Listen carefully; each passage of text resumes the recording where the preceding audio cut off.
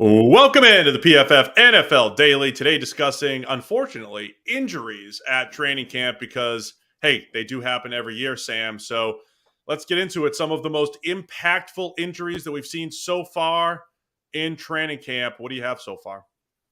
Yeah, sadly, 'tis the season. We start football and inevitably injuries follow. Obviously, Ryan Jensen was one we lost in training camp. That was a huge potential injury for the Bucks. There was the scare that his backup Robert Hainsey was going to get hurt as well, and all of a sudden the Bucks would be down to the third string center. The situation, ironically, that the Browns find themselves in right now, having lost a couple of centers. But I think the obvious one is the knee injury to Zach Wilson in the first Yeah. preseason game. Obviously, it turned out that it wasn't as severe as it looked at the time. I thought for all the world when he made that move, he'd blown his ACL, and we were going to be saying Zach Wilson is done for the year, on the shelf, and what that would have meant. Immediately, people were jumping to the Jimmy Garoppolo trade and all those kinds of things. Turns out it isn't that serious, and he's only going to miss, a little bit of time. But for Zach Wilson, I think it really kind of puts him, behind the eight ball. He was already facing a season with a lot of pressure on his shoulders. Now he's going to have to do it, missing some important reps, missing important preseason time for him, missing time generally. And then when he does hit the field again, he's going to be coming off a knee injury. And, there's always a tendency that you kind of come back when you're not quite 100% and, aren't firing at the best of your ability. So Zach Wilson's really up against it. I really think the missed reps for Zach Wilson are the biggest thing, because that's where he just looked behind last year. He was a little bit slow working through his stuff, taking too many sacks.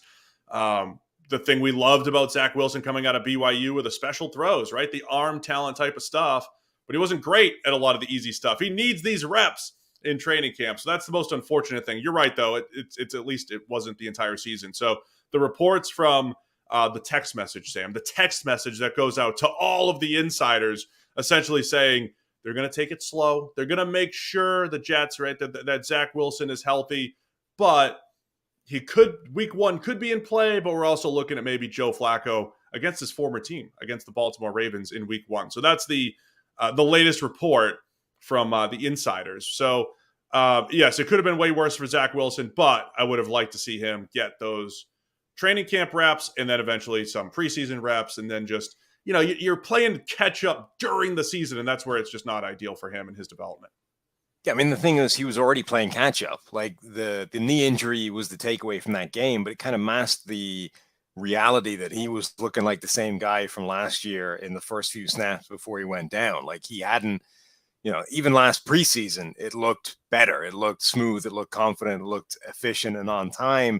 And since that moment, really, since week one, it's been Zach Wilson kind of looking in over his head and slightly overwhelmed by everything.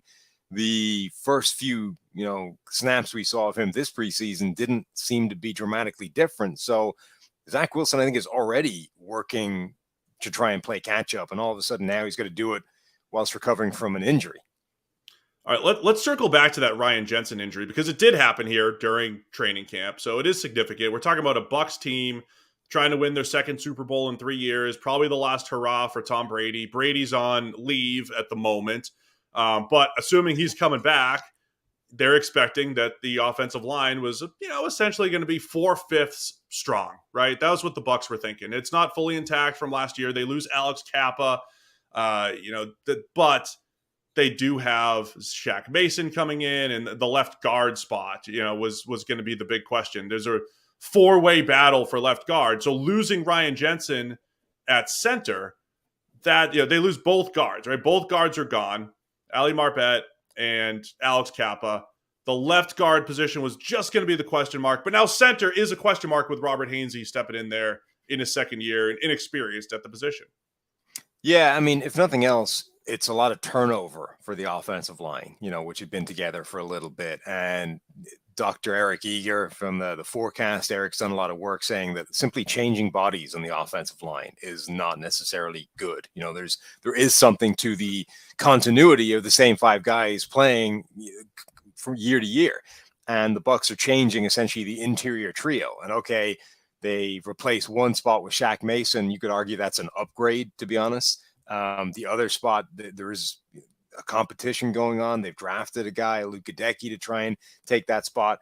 And now Ryan Jensen is down, so Robert Hainsey's going to have to step in. So whether or not those three guys end up playing average, above average, wherever on the spectrum, it's three new bodies playing on that offensive line, and it's new for everybody. That being said, I think the Bucs are in a good place because of Tom Brady. Only Roethlisberger last year got the ball out of his hands quicker on average than Tom Brady. Brady's been doing this since the late 1750s, something like that. I think was when he began his career. Give or take. He's seen it all. He's going to get the ball out of his hands quickly. He's going to mitigate whatever problems there are on that offensive line about as well as anybody in the NFL can do. So unless I think multiple of the new starters, unless the left guard and the center are complete and total train wrecks, I think that offensive line is still fine. We'll get into some more of the key injuries in training camp. But first, football fans, join the next generation of fantasy football with Rainmakers Football, their first ever NFT fantasy game from DraftKings. It's the only NFT fantasy game licensed by the NFLPA, and now you can play all season long for millions in prizes by building the ultimate NFT franchise. Right now, everyone can get their first full roster starter pack for free. Playing Rainmakers is simple. You buy, sell, bid, win player NFTs of the biggest names in the game through regular drops and auctions at DraftKings Marketplace. Craft lineups of athletes from your NFT collection and earn points for touchdowns, receptions, and more, just like daily fantasy football. Build your NFT franchise and enter free Rainmakers football contests all season long to compete for millions in prizes. The next generation of fantasy sports is here. Download the DraftKings Daily Fantasy app now. Sign up with the promo code PFF. Click the Rainmakers tile and opt in for your first card for free. Plus, play for millions in prizes all football season while building the ultimate NFT fantasy franchise with Rainmakers Football. It's promo code PFF. Build, play, win only at DraftKings. Contest entry is dependent on type and number of NFTs held. Eligibility restrictions apply. Void where prohibited. See DraftKings.com for details. All right, Sam. Other injuries. We have Malcolm Butler, Patriots cornerback. He's back. Comes back out of retirement and now out for the season at a place where I don't want to say the Patriots are thin. They have options, but they don't have a lot of strong options. And it looks like Malcolm Butler is probably the most established cornerback in that cornerback room for the Patriots. I mean, I think you can say they're thin. Like, unless we're saying that simply the virtue of having bodies that you can throw out there to play cornerback makes you not thin. Like, they're teaming with mediocrity over there, is what I would say. Yeah, I mean, look, their best corner might be the rookie Marcus Jones, who's 5'8" and 160 pounds. Like, this is a problem for the Patriots. Already that looked like a really weak cornerback room and a potential problem spot for the team. Malcolm Butler, I'm not sure we thought, the hopes weren't necessarily that high given where he was coming from at this point in his career, but it was a sort of old familiar face, and we've seen how those have come back to the fold in New England and been plugged in and been better players than they were, for when they left their previous team. But yeah, I mean, dude, I think the Patriots cornerbacks are one of the weakest groups in the NFL, and that could be a real problem for this team.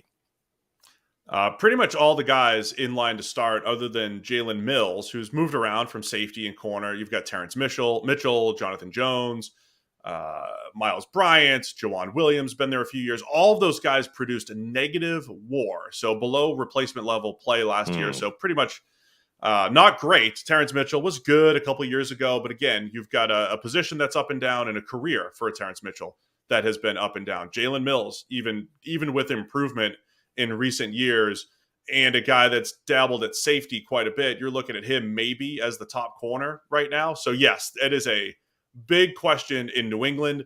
We've already assumed that they're going to be playing a lot more zone coverage. We know that zone isn't easier, but it is a little bit less taxing on cornerbacks. And I feel like the Patriots almost have to change their scheme and play a lot more zone and not play that press man coverage that Bill Belichick has been known for the last decade or so.